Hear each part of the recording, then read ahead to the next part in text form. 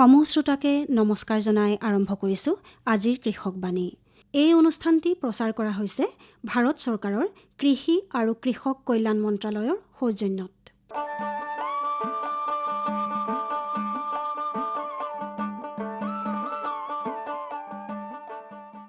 এয়া বৰ্ষাকাল, লগতে বানপানীৰ সময়। ইতিমধ্যে উজনি অসমৰ কেইবাখনো জিলাত বানপানীয়ে অভাৱনীয় প্ৰলয়ংকাৰী পৰিস্থিতিৰ সৃষ্টি কৰিছে। এনে পৰিপ্ৰেক্ষিতত এটি আলোচনা আগবঢ়াইছোঁ বানৰ সময়ছোৱাত পশুধন আৰু হাঁহ কুকুৰাৰ যতন। আলোচনাটিৰ আঁত ধৰি এয়া ভাস্কৰজ্যোতি আচাৰ্য। বানৰ সময়ছোৱাত পশুধন আৰু হাঁহ কুকুৰাৰ যতন, এই বিষয়ত আলোচ কৰিবলৈ দুগৰাকী আলোচকক আজি আমি আমন্ত্ৰণ জনাই আনিছোঁ। এগৰাকী ডক্টৰ চন্দন কুমাৰ শৰণীয়া, তেওঁ কি ভিলেজ বিষয়া। নমস্কাৰ। আৰু এয়া কৃষি বিজ্ঞান কেন্দ্ৰ কামৰূপৰ বিষয়বস্তু বিশেষজ্ঞ ডক্টৰ ইলাক্ষী ডেকা। নমস্কাৰ। দুয়োগৰাকীকে স্বাগতম। আজি আমি যিটো বিষয় লৈছোঁ বানৰ সময়ছোৱাত বুলি, গতিকে বৰ্তমানেই বানৰ সময়।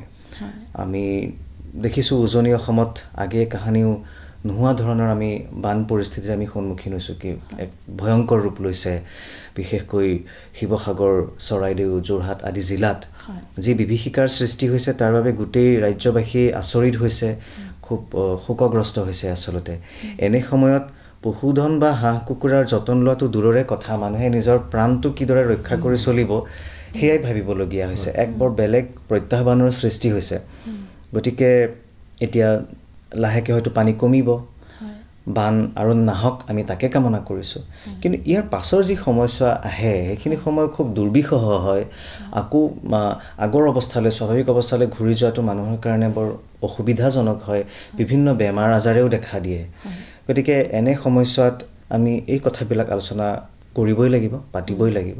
কাৰণ বহু পশুধন থাকে যিবিলাক আমি নিজৰ সন্তানৰ দৰে আচলতে আমি মৰম কৰোঁ।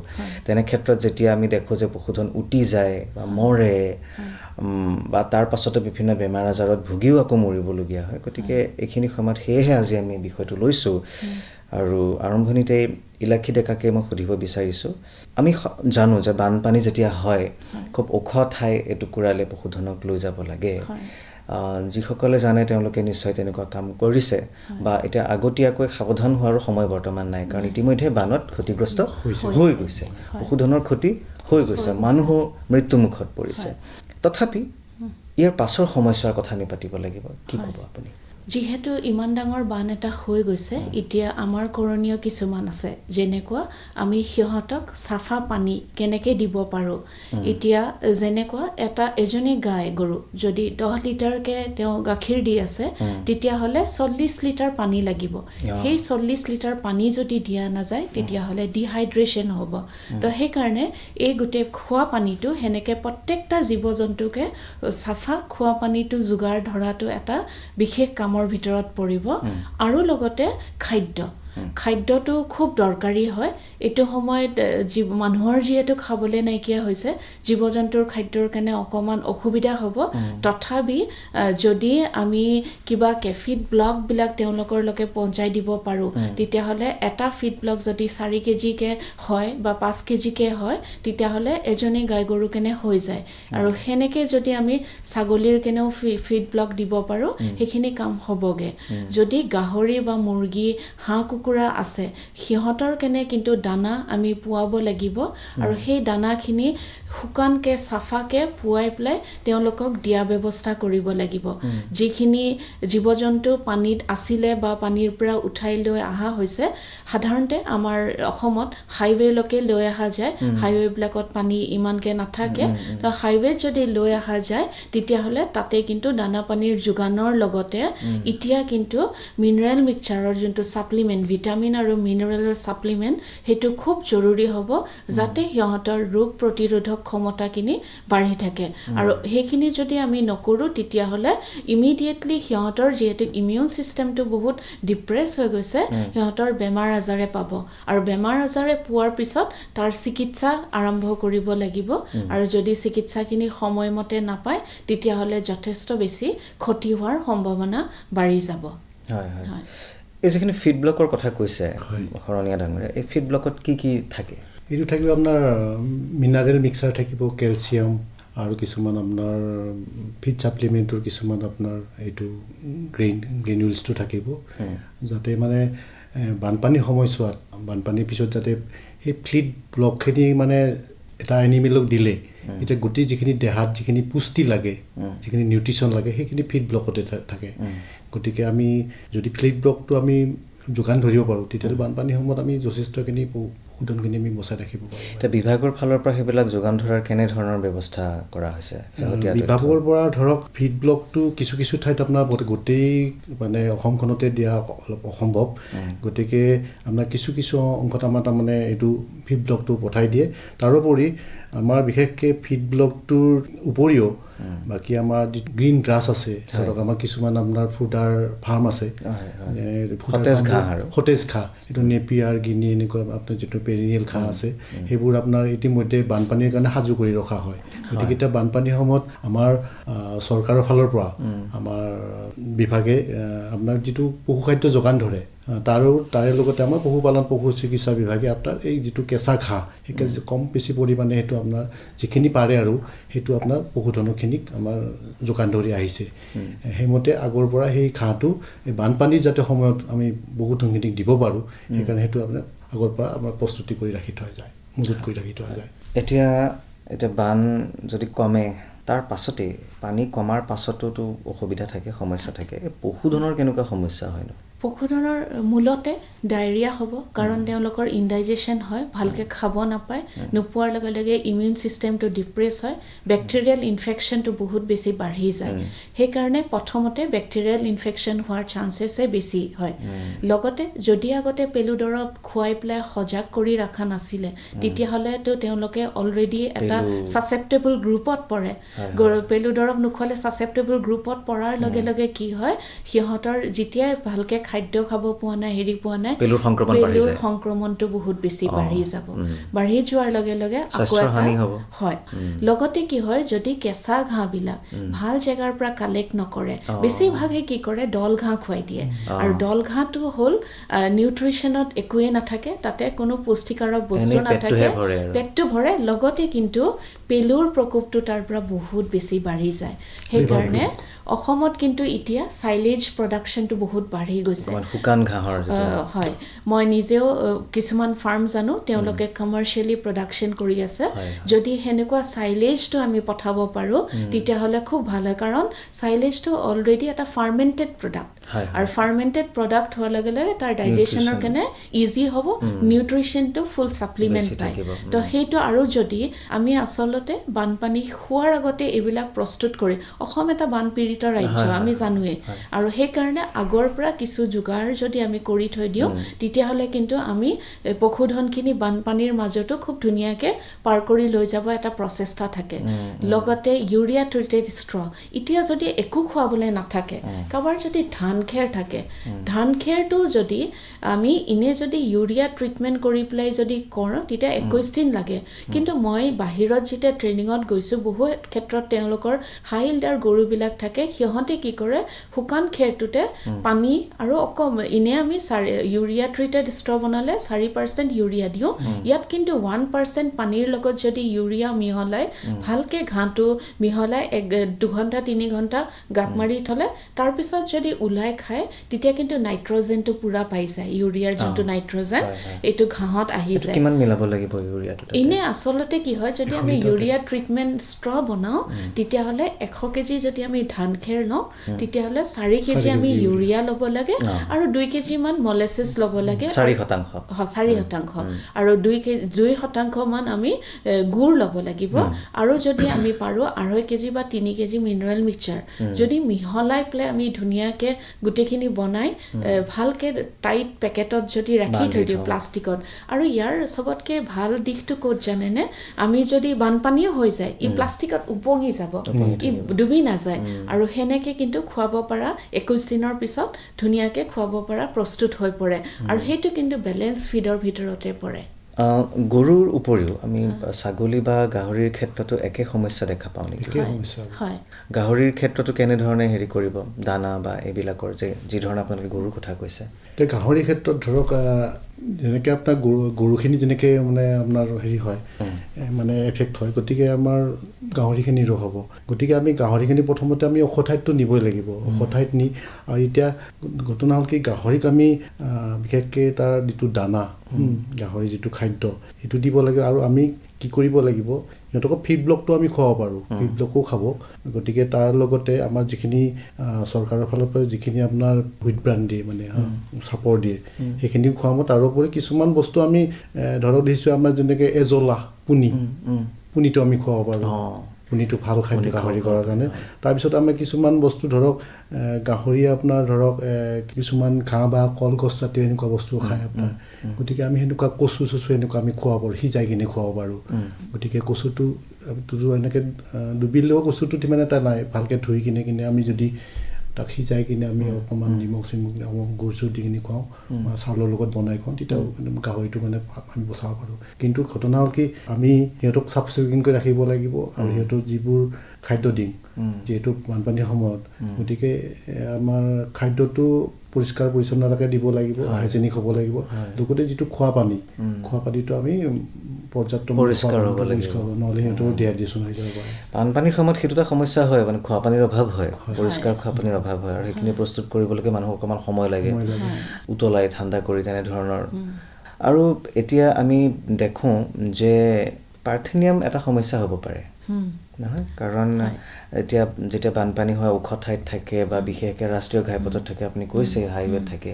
আজিকালি হাইৱেৰ ওচৰে পাঁজৰে বা ডিভাইডাৰবিলাকত বহুত পাৰ্থেনিয়াম দেখা পোৱা যায়, সেইবিলাক গৰুৱে খায় নেকি? আচলতে পাৰ্থেনিয়ামটো গৰুৰ সচৰাচৰ খাদ্য নহয়, কাৰণ তেওঁলোকেও জানে কি খাব লাগে কি নালাগে। তো কেতিয়াও সিহঁতে যেতিয়া পৰ্যাপ্ত মাত্ৰাত দানা খাব পাই থাকে তেতিয়াহ'লে পাৰ্থেনিয়াম সিহঁতে নাখায়। কিন্তু কি হয়, এতিয়া বানপানীৰ সময়ত যেতিয়া গোটেই পানীৰ তলত গুচি যায়, ঘাঁহ বনবিলাক মৰি যায়, মৰি যোৱাৰ ক্ষেত্ৰত গৰু ছাগলীবিলাক আনি পেলাই হাইৱেত ৰখা হয়। আজিৰ দিনত অসমৰ এটা হাইৱে বাকী নাই য'ত পাৰ্থেনিয়াম নাই, গোটেই বগা হৈ ফুলি থাকে। তো কি হয়, সিহঁতি উপায় নাপাই পেলাই ভোকৰ তাৰণাত গৈ পাৰ্থেনিয়াম খাই দিয়ে, জানে খাব নালাগে তথাপি বাচি থাকিবলৈ কিবা খাব পাইছোঁ বুলি খাই দিয়ে। আৰু তাৰ ফলত তাৰ পিছত কিন্তু বহুত বেছি প্ৰব্লেম হৈ যায়। পাৰ্থেনিয়াম পয়জনিঙৰ প্ৰথম প্ৰব্লেমটোৱে হ'ল সিহঁতি ৰ'দৰ পৰা আঁতৰি থাকে। জীৱ জন্তু যিখিনিয়ে পাৰ্থেনিয়াম খায় আৰু তাৰ পয়জনিং হয়, তেতিয়া সিহঁতে ৰ'দৰ পৰা আঁতৰি পেলাই ছাঁত থাকিব বিচাৰে, ফটোচেনচিটিভিটি থাকে, জণ্ডিছ হয়, খুব হাই পৰিমাণত জণ্ডিছ হয় আৰু ছালবিলাক ফাটি যায়, ছালবিলাক ফাটি ঘাঁহৰ নিচিনা হৈ যায়। আৰু তেতিয়া তাৰ ট্ৰিটমেণ্টৰ হিচাপে আচলতে বেচিকেলি খুব বেছি আমি 25% গ্লুক'জ ইণ্ট্ৰাভেনাছ কণ্টিনিউৱাছলি দিব লাগে, যাতে পয়জনটো আমি ওলাই দিব পাৰোঁ। সিহঁতক জণ্ডিছৰ যিখিনি ট্ৰিটমেণ্ট আছে সেই গোটেইখিনি দিব লাগিব। ছেকেণ্ডেৰী ইনফেকশ্যনৰ বন্ধ কৰিবলৈ আমি এণ্টিবায়'টিক দিব লাগিব, পেইন কিলাৰ দিব লাগিব, যিহেতু ঘাঁহবিলাক হৈছে যথেষ্ট পেইনফুল হয়, আৰু কমপ্লিটলি ড্ৰেছিং কৰি সেই উণ্ডবিলাক ৰাখিব লাগিব। যদি খুব বেছিকৈ খোৱা নাই, চিমটমবিলাক কম হয়, তেতিয়া কিন্তু এইখিনি ট্ৰিটমেণ্ট কৰি থাকিলে বাচি যায়। তো সেই গোটেইখিনি বস্তু যদি কৰিব পৰা যায় তেতিয়াহ'লে পাৰ্থেনিয়াম পয়জনিংটো বচাব পৰা যায়। কিন্তু কি হ'ব, যেতিয়া আমি হাইৱেলৈ জীৱ জন্তু লৈ আহোঁ তেতিয়া কিন্তু আমি মনত ৰাখিব লাগিব যে কোনো প্ৰকাৰে আমি পাৰ্থেনিয়ামৰ ওচৰত ৰাখিব নালাগে। আৰু পাৰিলে মানে গোটেই গৰু ছাগলীবিলাক এৰাল দি যদি ৰছী দি বান্ধি থয় তেতিয়া সিহঁতে য'তে ত'তে নাযায়। সমস্যা হয় বানপানীৰ সময়ত, যেতিয়া মানুহে নিজৰ বাচিবলৈ চিন্তা কৰি থাকে তেতিয়া জীৱ জন্তুৰ চিন্তা কৰাটো কম হৈ যায়। তথাপি তাৰ মাজতে যিহেতু জীৱ জন্তুৱে জীৱিকা নিৰ্বাহৰ আহিলা হিচাপে কাম কৰি আছে, সিহঁতৰ ওপৰতে আমাৰ কৃষকসকলৰ জীৱন নিৰ্ভৰ কৰে। তেওঁলোকে যিমান পাৰে সেই চেষ্টাটো কৰি পেলাই পাৰ্থেনিয়াম পয়জনিং নোহোৱাকৈ যদি পাৰ কৰি দিব পাৰে, তাতে গভৰ্ণমেণ্টৰ এটা ডাঙৰ ৰোল আছে। এইখিনি সময়ত যদি ফিড এণ্ড ফডাৰ ছাপ্লাইখিনি যদি হৈ যায় পৰ্যাপ্ত মাত্ৰাত, তেতিয়া কিন্তু পয়জনিঙৰ পৰা আমি বাচি থাকিব পাৰিম। বানৰ সময়ছোৱাত পশুধন আৰু হাঁহ কুকুৰাৰ যতন, এই বিষয়ত শ্ৰোতাসকলে এটি আলোচনা শুনিলে। আলোচনাটিত ডক্টৰ ইলাক্ষী ডেকা আৰু ডক্টৰ চন্দন শৰণীয়াৰ সৈতে কথা পাতিলে ভাস্কৰজ্যোতি আচাৰ্যই। আলোচনাটিৰ দ্বিতীয় তথা অন্তিম ভাগ শুনিবলৈ পাব অহা মঙলবাৰৰ কৃষকবাণী অনুষ্ঠানত।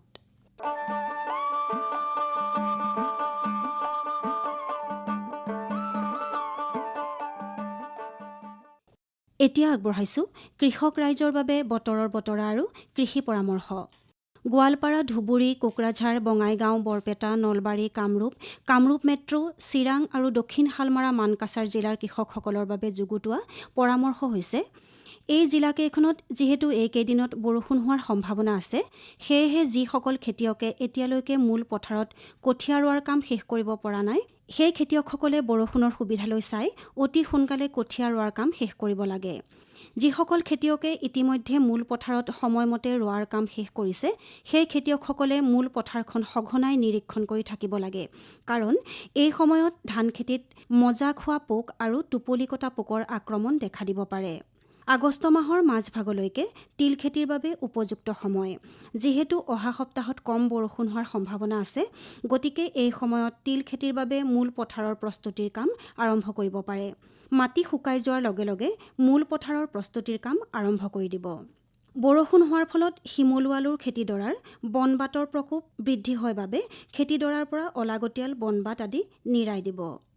ধেমাজি, লখিমপুৰ, দৰং, শোণিতপুৰ, ওদালগুৰি আৰু বিশ্বনাথ জিলাৰ কৃষকসকলৰ বাবে যুগুতোৱা পৰামৰ্শ হৈছে, মিঠামৰাৰ শস্যডৰাৰ ওপৰত তীক্ষ্ণ দৃষ্টি ৰাখক, যাতে বিছা পোকৰ আক্ৰমণ হ'লে তাক ৰোধ কৰিব পৰা যায়। বৰষুণ হোৱাৰ সম্ভাৱনাৰ বাবে মৰাপাটৰ পথাৰত বিছা আৰু চিটিকা পোক প্ৰাকৃতিকভাৱে নিয়ন্ত্ৰণ কৰিবৰ বাবে বাঁহৰ জেং পুতি চৰাই বহাৰ ব্যৱস্থা কৰিব পাৰে। বৰ্তমান সময়ত কৃষকসকলে তিতামৰাৰ খেতিডৰা চপাই গুৰোৱাৰ ব্যৱস্থা কৰক। গুৰোৱা কাৰ্য সম্পূৰ্ণ হ'লে আহবোৰ ঠাৰিৰ পৰা পৃথক কৰি পানীত ধুই ৩-৪ দিনমান টান ৰ'দত শুকুৱাব। পাণ গছৰ গুৰিত পানী জমা হ'বলৈ নিদিব। বৰ্তমান সময়ত পাণৰ পাত পচা ৰোগ বিভিন্ন ঠাইত দেখা পোৱা গৈছে। এই ৰোগৰ প্ৰতিৰোধৰ বাবে বৰডক্স মিশ্ৰণৰ ১% অহা ছেপ্টেম্বৰ মাহলৈকে মাহত দুবাৰকৈ প্ৰয়োগ কৰিব পাৰে। আদা, হালধি খেতিডৰা ৰাইজম ৰ'দ বেমাৰৰ পৰা বচাবলৈ খেতিডৰাত পানী জমা হ'বলৈ নিদিব আৰু বৰষুণৰ পানী ওলাই যোৱাৰ সুব্যৱস্থা কৰি ৰাখক। কুঁহিয়াৰৰ গছবোৰ বৰষুণ আৰু প্ৰবল বতাহত হালি নপৰিবৰ বাবে ৩-৪ ডাল কুঁহিয়াৰ গাগছ একেলগ কৰি বান্ধি দিব। কুঁহিয়াৰৰ ৰেড ৰট বেমাৰ নিয়ন্ত্ৰণ কৰিবলৈ খেতিডৰাত পানী জমা হ'ব নিদিব আৰু আক্ৰান্ত গছ উভালি পেলাব। কল খেতিৰ বাবে পোখা পুলিবোৰ ৰুই শেষ কৰক। কল খেতি সাধাৰণতে পোখাৰ পৰা কৰা হয়। বাছনি কৰা পুলিটোৰ ওজন ১.৫ কেজিৰ পৰা ২ কেজি হ'লে ভাল। ১ ফুট ওপৰত পুলিটোৰ আগটো হেলনীয়াকৈ কাটি ল'ব। নগাঁও, মৰিগাঁও আৰু হোজাই জিলাৰ কৃষকসকলৰ বাবে যুগুতোৱা পৰামৰ্শ হৈছে, শাওণীয়া মাহৰ বীজ আগষ্টৰ মাজভাগলৈ সিঁচিব পাৰি। এই খেতিৰ বাবে মাটি প্ৰস্তুতিৰ কাম আৰম্ভ কৰিব। বিভিন্ন ঠাইত অতিৰিক্ত খৰাং সদৃশ পৰিস্থিতিৰ বাবে কৃষকসকলে বৰ্ষাকালীন মাহৰ বীজ সিঁচিবৰ বাবে মাটি প্ৰস্তুতিৰ কাম আৰম্ভ কৰিব।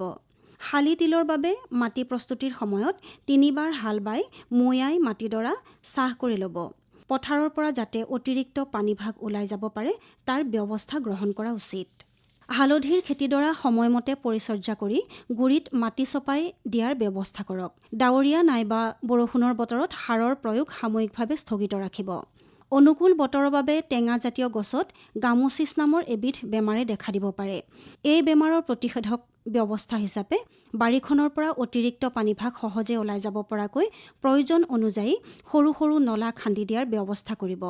ইতিমধ্যে সংক্ৰমিত গছবোৰৰ আক্ৰান্ত অংশবোৰ কটাৰীৰে চুৰুকি পটাছ পানীৰে ধুই ২-৩ দিন পিছত সেই অংশত বৰডো মিশ্ৰণ সানি দিব। ডিমা হাছাও, কাৰ্বি আংলং আৰু পশ্চিম কাৰ্বি আংলং জিলাৰ কৃষকসকলৰ বাবে যুগুতোৱা পৰামৰ্শ। কল খেতিত ডাৱৰীয়া আৰু সেমেকা বতৰৰ বাবে বাঞ্চি টপ ৰোগৰ প্ৰাদুৰ্ভাৱ হ'ব পাৰে। এই ৰোগৰ বিস্তাৰ ৰোধ কৰিবলৈ ৰগৰ বা ডাইমেক্ৰন প্ৰতি লিটাৰ পানীত ১ মিলিলিটাৰ হিচাপত স্প্ৰে কৰি ৰোগ বিয়পোৱা মোৱা পোক নিয়ন্ত্ৰণ কৰিব লাগে। সেমেকা বতৰ আৰু আৰ্দ্ৰতাৰ বাবে জলকীয়া বা গোলমৰিচৰ খেতিত ৱেইল্ট বা মৰহি যোৱা ৰোগ হ'ব পাৰে। এই মৰহি যোৱা ৰোগৰ প্ৰতিষেধক ব্যৱস্থা হিচাপে কেৱল ফৰকাল বতৰত লতাৰ গুৰিত ১৫০ গ্ৰাম ট্ৰাইকোডাৰ্মা মিহলিত নিমৰ খৈল আৰু গোবৰৰ মিশ্ৰণ প্ৰয়োগ কৰক আৰু মাটিখিনিৰ লগত ভালদৰে মিহলাই দিয়ক। ডিব্ৰুগড়, তিনিচুকীয়া, যোৰহাট, গোলাঘাট, শিৱসাগৰ, চৰাইদেউ আৰু মাজুলী জিলাৰ কৃষকসকলৰ বাবে যুগুতোৱা পৰামৰ্শ হৈছে, মগুমাহ আৰু মাটিমাহৰ খেতিৰ বাবে মাটি প্ৰস্তুতিৰ কাম স্থগিত ৰাখক। এই সময়ত গৰমৰ পৰা এৰী পলুবোৰক ৰক্ষা কৰিবলৈ এৰী পলু পালকসকলে পলু পালন কৰা ঘৰটোৰ দুৱাৰ, খিৰিকী, ভেণ্টিলেটৰবোৰ দিনৰ ভাগত খুলি দি বতাহ চলাচল কৰিবলৈ দিব লাগে। জমা কৰি থোৱা এৰা কেচেৰু পাতবোৰ ভিজা মৰাপাতৰ বস্তাৰে মেৰিয়াই থৈ মাজে মাজে পানী ছটিয়াই থাকিব লাগে। বিভিন্ন জিলাৰ কৃষকসকলৰ বাবে যুগুতোৱা পৰামৰ্শ ইমানেই। এইখিনিতে শুনো আহক প্ৰতিমা বৰুৱা পাণ্ডেৰ কণ্ঠৰ এটি লোকগীত।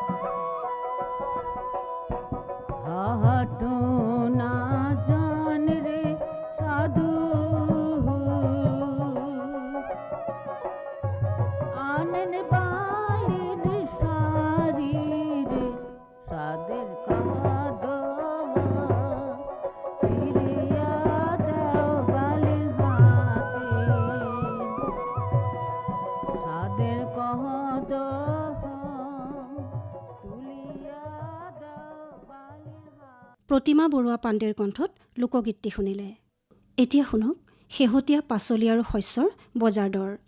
বেঙেনা প্ৰতি কুইণ্টলত ২৫০০ টকাৰ পৰা ৪০০০ টকালৈ, তিতাকেৰেলা ২৬০০ টকাৰ পৰা ৩৫০০ টকালৈ, তিয়ঁহ ২২০০ টকাৰ পৰা ২৮০০ টকালৈ, বিলাহী ১৫০০ টকাৰ পৰা ২২০০ টকালৈ, ৰঙালাও প্ৰতি কুইণ্টলত ১৮০০ টকাৰ পৰা ২৫০০ টকালৈ, অমিতা ২০০০ টকাৰ পৰা ২৫০০ টকালৈ, গাজৰ ৪৫০০ টকাৰ পৰা ৫০০০ টকালৈ, জলকীয়া ৮৫০০ টকাৰ পৰা ১০০০০ টকালৈ, কোমোৰা ১৫০০ টকাৰ পৰা ২০০০ টকালৈ, জিকা ৩০০০ টকাৰ পৰা ৪০০০ টকালৈ, ভোল প্ৰতি কুইণ্টলত ২২০০ টকাৰ পৰা ২৫০০ টকালৈ, মূলা ১৬০০ টকাৰ পৰা ২২০০ টকা, বিট ৩৫০০ টকাৰ পৰা ৪০০০ টকা, বন্ধাকবি ১৮০০ টকাৰ পৰা ২৫০০ টকা, ফুলকবি ৫০০০ টকাৰ পৰা ৬০০০ টকালৈ, মূলাৰ প্ৰতি কুইণ্টলৰ দৰ ১৬০০ টকাৰ পৰা ২২০০ টকাৰ ভিতৰত, বিট ৩৫০০ টকাৰ পৰা ৪০০০ টকাৰ ভিতৰত, বন্ধাকবিৰ প্ৰতি কুইণ্টলৰ দৰ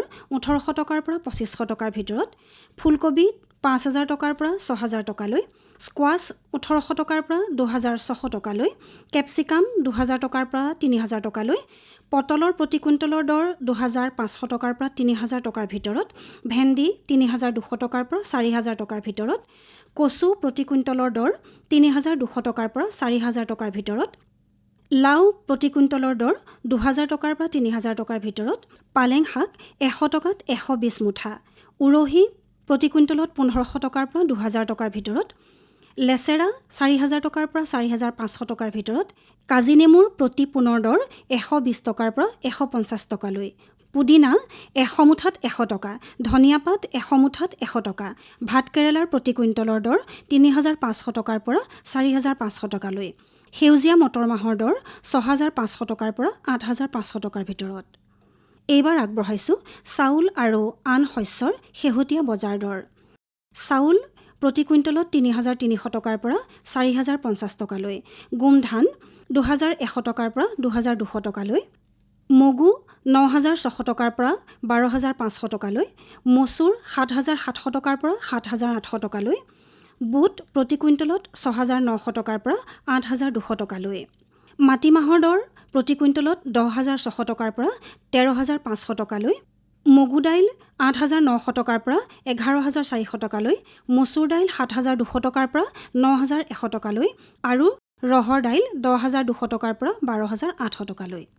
বুটৰ দাইল 7,100 টকাৰ পৰা 7,800 টকা, আলুৰ দাম প্ৰতি কুইণ্টলত 1,000 টকাৰ পৰা 1,200 টকালৈ, পিঁয়াজ 3,500 টকাৰ পৰা 3,600 টকালৈ, সৰিয়হ 6,250 টকাৰ পৰা 6,500 টকালৈ, তিল প্ৰতি কুইণ্টলত 13,000 টকাৰ পৰা 15,000 টকালৈ, ধনিয়া প্ৰতি কুইণ্টলত 14,000 টকাৰ পৰা 15,000 টকালৈ, আদা 12,000 টকাৰ পৰা 13,000 টকালৈ, শুকান জলকীয়া 24,000 টকা, তামোলৰ প্ৰতি পোণৰ দৰ 300ৰ পৰা 450 টকা, পাণৰ 20 গুচিৰ দাম 180 টকাৰ পৰা 250 টকালৈ, মিঠাতেল 15 কেজিৰ টিনত 2,100 টকাৰ পৰা 2,450 টকালৈ, ঘিৰ 15 কেজিৰ টিনত 1,840 টকাৰ পৰা 1,900 টকালৈ, ঘেঁহু প্ৰতি কুইণ্টল 2,300 টকাৰ পৰা 3,000 টকালৈ।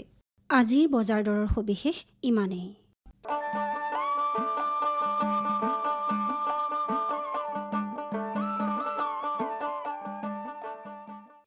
শ্ৰোতাসকল, আজিৰ অনুষ্ঠানটি সামৰি মই শিখামণি দত্তই আপোনালোকৰ পৰা বিদায় লৈছোঁ। অনুষ্ঠানটিৰ প্ৰযোজনা আছিল উৎপল বৰাৰ। এই অনুষ্ঠানটি প্ৰচাৰ কৰা হ'ল ভাৰত চৰকাৰৰ কৃষি আৰু কৃষক কল্যাণ মন্ত্ৰালয়ৰ সৌজন্যত। নমস্কাৰ।